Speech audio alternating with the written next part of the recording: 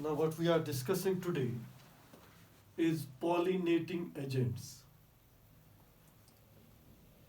Pollinating agents.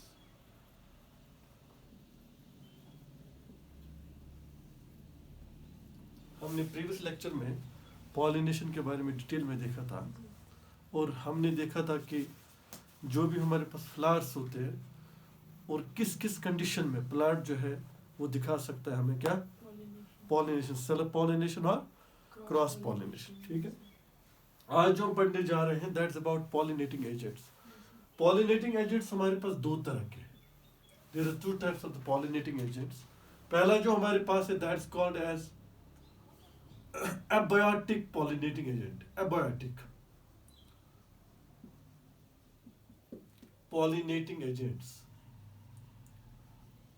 Abiotic pollinating agents. और दूसरा जो हमारे पास है that is called as biotic pollinating agents.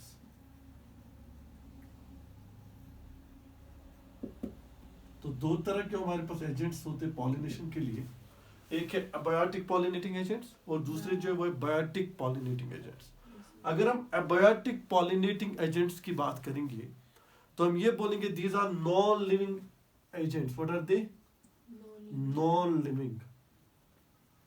और इसमें जो हमारे पास एग्जाम्पल है वो दो है. एक है हमारे पास wind.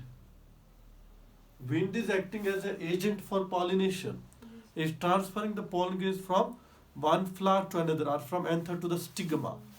Then we can say wind is acting as a pollinating. but which agent? It's a non-living pollinating agent, wind, and it can be also called as anemophily. Anemophily you can call it. आप इसको बोल भी सकते हो anemophily. और दूसरी जो हमारे पास है that is called as water. Water is also acting as non living agent और इसको हम बोल सकते हैं हाइड्रोफिली. हाइड्रोफिली के नाम से आप इसको पुकार सकते हो. So these are the two abiotic agents. What are they? Two abiotic agents. ये दो ऐसे एजेंट्स हैं जो हमें क्या दिखाते हैं, पॉलिनेशन दिखाते हैं. और पॉलिनेशन जो इनके अंदर होती है वो पॉलिनेशन जो होती है वो होती है with the help of non living agent. जो हमारे पास क्या होता है, ठीक है. अब जो हमारे पास बायोटिक या पॉलिनेटिंग एजेंट जो हमारे पास है, biotic pollinating agents, that means these are the living agents. What are they? Living agents. ये लिविंग एजेंट्स होते हैं. तो इसमें हम ये बोल सकते हैं इसमें लिविंग ऑर्गेनिज्म जो है वो हेल्प करते हैं for transfer of the pollen grains from anther to stigma. अब इसमें जो हमारे पास एग्जांपल्स हैं, जैसे हमारे पास एग्जांपल है एनिमल्स है. एनिमल्स जो है वो पॉलिनेशन करते हैं, ठीक है ना बेटा. हमारे पास एग्जाम्पल जो है हमारे पास एग्जाम्पल है इंसेक्ट्स है, ठीक है ना बेटा. हमारे पास एग्जाम्पल है एंट्स है. हमारे पास एग्जाम्पल जिसको हम बोलते भी हैं एंटीनेमोफिली इसको बोलते हैं, ठीक है ना बेटा. और हमारे पास एग्जाम्पल है इसमें जो हमारे पास बायोटिक एजेंट है, जैसे हमारे पास एनिमल्स हैं, इंसेक्ट्स हैं, एंड्स है. हमारे पास एग्जाम्पल, हमारे पास बैट्स भी है एग्जाम्पल इसकी, जिसको हम बोल सकते हैं कैरेप्टेरोपिली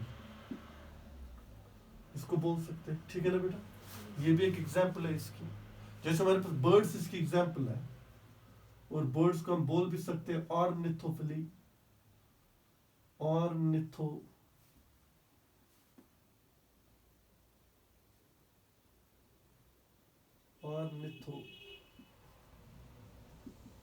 पहले इसको बोल सकते हैं. तो या हमारे पास और एक एजेंट उसको हम बोलते हैं स्नेल्स. तो स्नेल्स भी हैं, वो भी क्या है, वो भी एक्ट करते हैं बायोटिक एजेंट्स.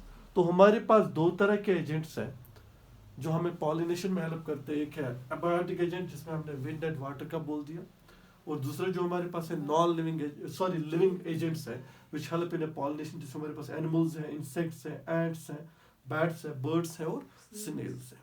अब इसमें नोट क्या पॉइंट करना है वो इंपॉर्टेंट है. अगर आपसे पूछा जाएगा कि हमें बताओ इन दो में से मैक्सिमम पॉलिनेशन कौन कराते हैं, बायोटिक कराता है कि एबायोटिक कराता है? तो एग्जाम आंसर क्या होगा? What will be the answer? याद रखोगे आप, बायोटिक जो होगा, biotic is showing greater pollination than abiotic ones. ये पॉइंट आप याद रखोगे।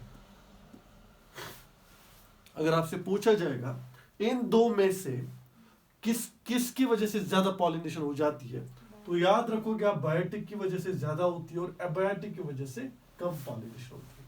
अब अगर आपसे पूछा जाएगा, बात सुनो, ठीक है बेटा हमने तो सर ले, अगर आपसे पूछा जाएगा एबायोटिक में कौन ज्यादा पॉलिनेशन कराता है, कौन सी पॉलिनेशन ज्यादा होती है, तो याद रखोगे एबायोटिक में ज्यादा पॉलिनेशन विंड होती है, ठीक है, एनीमोफिल, ठीक है। और अगर आपसे पूछा जाएगा बायोटिक में कौन सी ज्यादा होती है, तो आप बोलोगे बीज। बीज जो है they show greater pollination in case of biotic agents, ठीक है बेटा। ये पॉइंट्स आप लोगों को याद रखने के, ये पॉइंट्स तो एग्जाम में पूछे जाते हैं, ठीक है। अब आगे चलते हैं, हमने क्या करना है, हमने वन बाय वन देखना है कि अगर हमारे पास कोई प्लांट है या कोई फ्लावर है, वो विंड पॉलिनेशन दिखाता है, क्या दिखाता है बेटा? हम उस विंड पॉलिनेशन फ्लावर के फीचर्स देखेंगे, वन बाय वन स्टडी करेंगे, ठीक है ना बेटा। तो let's take the first one,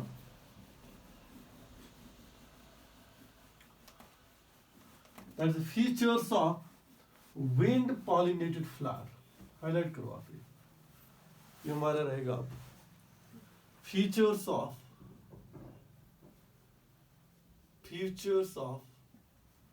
wind pollinated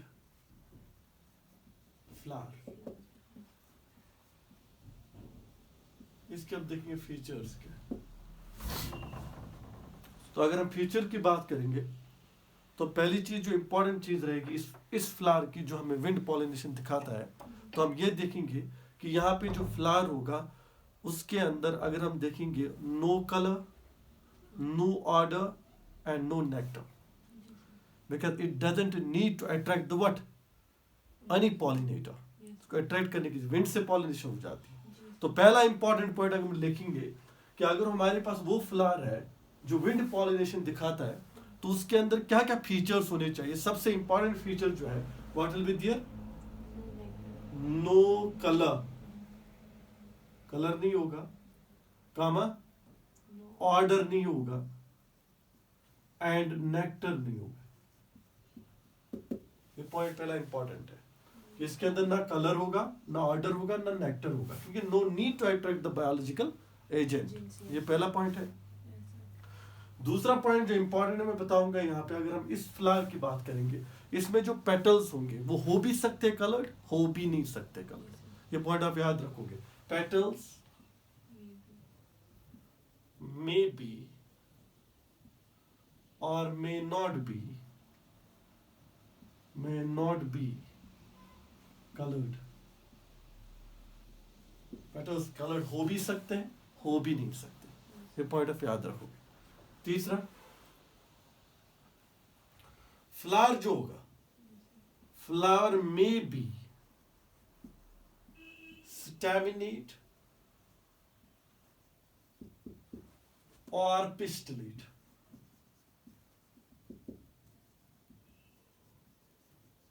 अब इसका मतलब क्या होता है, स्टैमिनेट एंड पिस्टलेट? मॉर्फोलॉजी में पढ़ा होगा आपने। Staminate means it only bears the male stamen, इसके अंदर खाली एक मेल स्टैमिन होगा और मेल स्टैमिन ही होगा फ्लावर के अंदर, स्टैमिनेट फ्लावर उसको बोलते हैं। पिस्टलेट का मतलब क्या होगा, it only bears the carpel, इसके अंदर कार्पल हो सकती है और एक ही कार्पल। तो स्टैमिनेट और पिस्टलेट फ्लावर हम उसको बोलते हैं, ठीक है ना। एंड मे बी, और फ्लावर हो भी सकता है, एंड मे बी मोनोएशियस और डायोशियस। तो ये पॉइंट भी आप याद रखोगे। मोनोएशियस का मतलब क्या होता है कि अगर हमारे पास एक प्लांट है, बात सुनो मेरी बेटा, अगर हमारे पास एक प्लांट है, एक प्लांट है हमारे पास और इट बियर्स द फ्लावर्स, इसके पास क्या है, फ्लावर्स है, और एक ही प्लांट के फ्लावर्स के अंदर आप देखोगे यहाँ पे स्टैमिन है, और ये जो फ्लावर इसके पास है, इसके पास क्या है बेटा, इसके पास कार्पल है या पिस्टल है। तो आपने देखा एक ही फ्लावर के, एक ही प्लांट के अंदर होगा। अब इस प्लांट को हम बोलेंगे मोनोइशियस प्लांट। ये पॉइंट ऑफ याद रखोगे, ठीक है ना बेटा, कि अगर आपको दोनों जो है कार्पल एंड स्टेमन आपको एक ही प्लांट के अंदर ये मिलेंगे, may be they are on a different flowers, मगर एक ही प्लांट के अंदर अगर आपको देखने मिलेंगे, then that will be called as monoecious और मोनोइशियस प्लांट या मोनोइशियस फ्लावर्स इनको आप बोल सकते हैं, ठीक है। दूसरा होता है हमारे पास डायोशियस फ्लावर। अब डायोशियस में क्या होगा, अपोजिट टू इट, इसका मतलब दो प्लांट्स होंगे, दो सेपरेट प्लांट्स होंगे, ठीक है ना।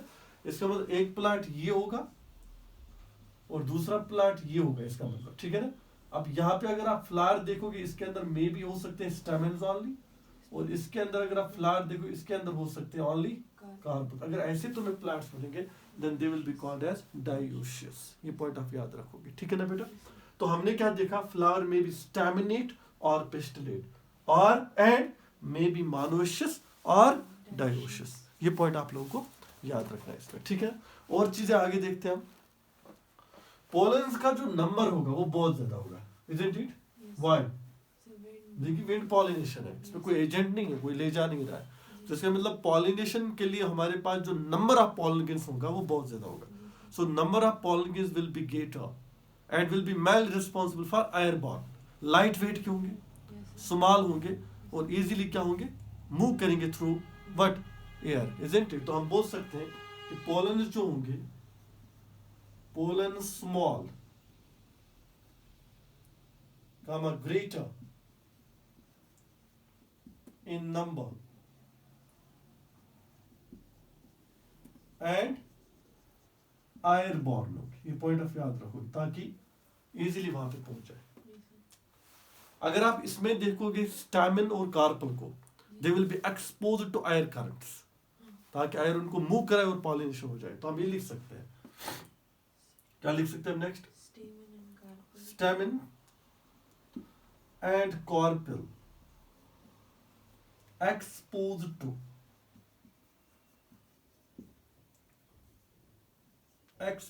to air currents। और स्टिग्मा क्या होगा, स्टिग्मा होगा फेदरी एंड स्टिकी, ताकि इसे चिपक जाएगी pollen. Stigma is feathery and sticky in nature, ताकि इसे क्या हो जाए, इजीली चिपक जाएगी, ठीक है ना बेटा। और एक पॉइंट भी लिख सकते हो आप, इंपॉर्टेंट है, इसके रिलेटेड भी है, दैट इज, अगर मैं यहाँ पे इसकी बात करूं, इसकी जो एग्जाम्पल है हमारे पास वो है मेज। किसकी बात करूं, मेज की बात करूं। अगर हम मेज की बात करेंगे, मेज के अंदर आपने देखा होगा कि ऐसे होते हमारे पास स्ट्रक्चर बन जाता है हमारे पास, या सीन दैट स्ट्रक्चर, कि आपको ये दिखेंगे कि हमारे पास एक बंच बन जाता है, या हम बोलेंगे बंडल बन जाता है। आपने देखा होगा मेज के ऊपर, मेज प्लांट के ऊपर, that is called as tassel. क्या बोलते हैं उसको, टसल बोलते हैं उसको। ये टसल जो होता है, it is actually the stigma plus style. ये आपको मेज में देखने को मिलेगा, एग्जाम्पल है इसकी। तो कहाँ पे देखने को मिलेगा ये टसल, ये आपको मेज के अंदर देखने को मिलेगा। तो हम देखेंगे इन केस ऑफ मेज, अगर हम मेज की बात करेंगे, मेज की बात करेंगे, वहां पे स्टिग्मा एंड स्टाइल जो होगा वो किस में होंगे, बंडल में होंगे, और उसको हम क्या बोलते हैं, टसल बोलते हैं। This is called as tassel. तो मेज भी इसमें एग्जाम्पल बन जाता है। और एक इंपॉर्टेंट पॉइंट में जो बताऊंगा, इन प्लांट्स की जो खासियत है, इन फ्लावर्स की, इनके अंदर होता है ओरी के अंदर ओनली वन अव्यूल। क्या होता है, सिंगल, इसको बोलते हैं मानो अव्यूलर ओवरी होती है इनके पास। क्या होती है, विंड पॉलिनेट फ्लावर जो होते हैं इनके पास क्या होती है, मानो अव्यूलर ओवरी होती है प्रेजेंट। तो अगर आपसे कोई पूछेगा क्या होता है इसमें,